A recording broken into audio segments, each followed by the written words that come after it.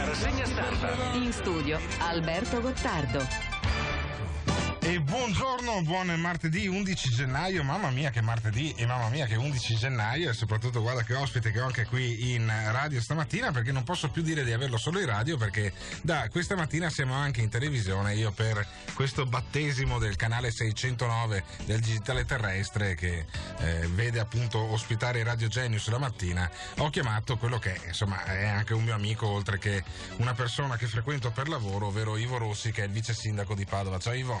Sì, buongiorno a voi. Devo dire sono onorato di cominciare con voi questa avventura televisiva. Vedremo fra qualche anno se riuscirete nell'impresa di far mettere da parte Berlusconi e partendo da Radio Genius riuscirete a conquistare l'Italia. Però insomma ci si prova. Per me è già un risultato se andiamo avanti qualche settimana, figurati che razza di orizzonti diversi che hanno i politici rispetto ai giornalisti. Ma devi darti obiettivi, a lungo respiro, altrimenti non funziona. In questa Italia il lungo respiro mi sa che è solo per quelli che sono davvero ottimisti.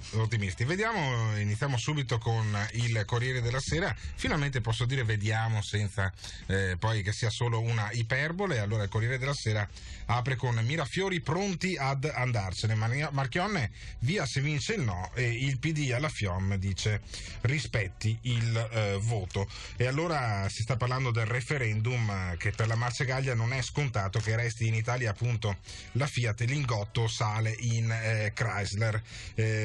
Allora vediamo all'interno Marchionne dal Salone dell'Auto di Detroit, l'amministratore delegato Sergio Marchionne avverte: se non ci sarà il 51% di sì, la Fiat investirà altrove, le alternative sono molte, ovunque, Canada, Michigan per esempio, e aggiunge: se vinceranno i no torneranno qui a Detroit a festeggiare.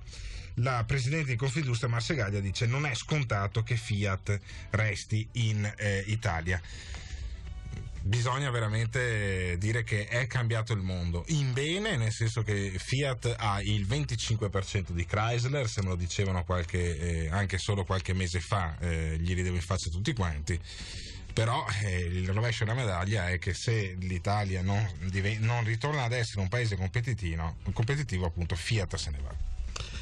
Sì, il problema è come si riesce a catturare investimenti, fare in modo che altri investitori stranieri, in questo caso stiamo parlando di Fiat, perché poi è diventato ormai sempre di più un'azienda che è partita da Torino ma che è diventata un'azienda multinazionale, certo. Ha stabilimenti in Brasile, non solo perché ha gli stabilimenti fuori, ma perché gli investitori su Fiat, quindi coloro che detengono poi le azioni, sono probabilmente su una piattaforma ben più grande di quella che era la sola Italia o addirittura l'Europa. Stiamo parlando appunto a livello mondiale. Certo.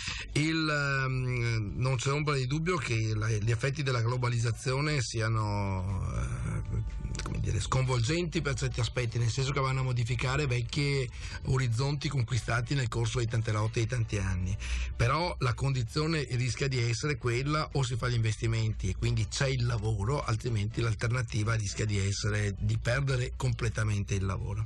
E guarda che l'Italia che perde Fiat comunque perde. Non sono soltanto i 5.000 dipendenti, 5.000 erotti mi pare della Mirafiori, o gli altri 5-6.000, in tutto pare siano oltre 20.000 sparsi in giro per l'Italia, ma tutto l'indotto compreso nel nord-est che lavora al servizio del sistema auto, e quindi al sistema di Torino. Quindi stiamo parlando di un centinaio di migliaia di persone e quindi di aziende che vivono attorno alla Fiat. Ti dà l'idea di quanto importante sia nel sistema economico. Per questo è importante che venga investito in Italia, si continui a lavorare in Italia, si continui a produrre e insomma si mettano anche le condizioni affinché altri investitori scelgano l'Italia come piattaforma in cui lavorare. Il referendum sta diventando all'impressione una vicenda un po' ideologica. Sì. Ne parlavo qualche giorno fa con un amico sindacalista della CISL, che oggi è di Padova, oggi è il segretario nazionale aggiunto della CISL, Giorgio Santini, che hanno sposato la linea ovviamente dell'accordo con Marchionne, il quale dice che ci sono ovviamente delle cose che vanno perfezionate, soprattutto per quanto riguarda la negazione ragione della rappresentanza, ma questo è un aspetto importante ma collaterale.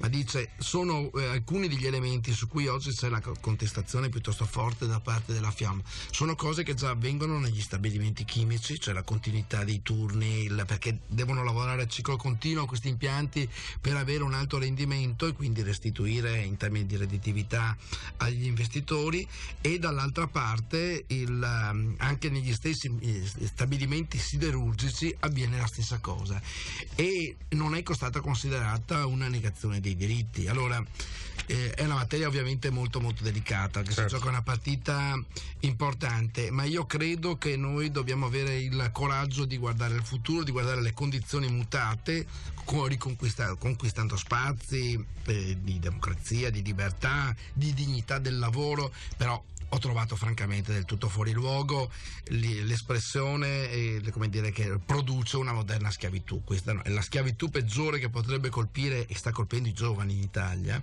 è la schiavitù dell'essere senza lavoro, perché quella è una schiavitù anche mentale, proprio che ti impedisce di crescere, ti impedisce di guardare la prospettiva del futuro, e questa è la cosa che noi dobbiamo evitare, quindi creando le condizioni affinché si generi il lavoro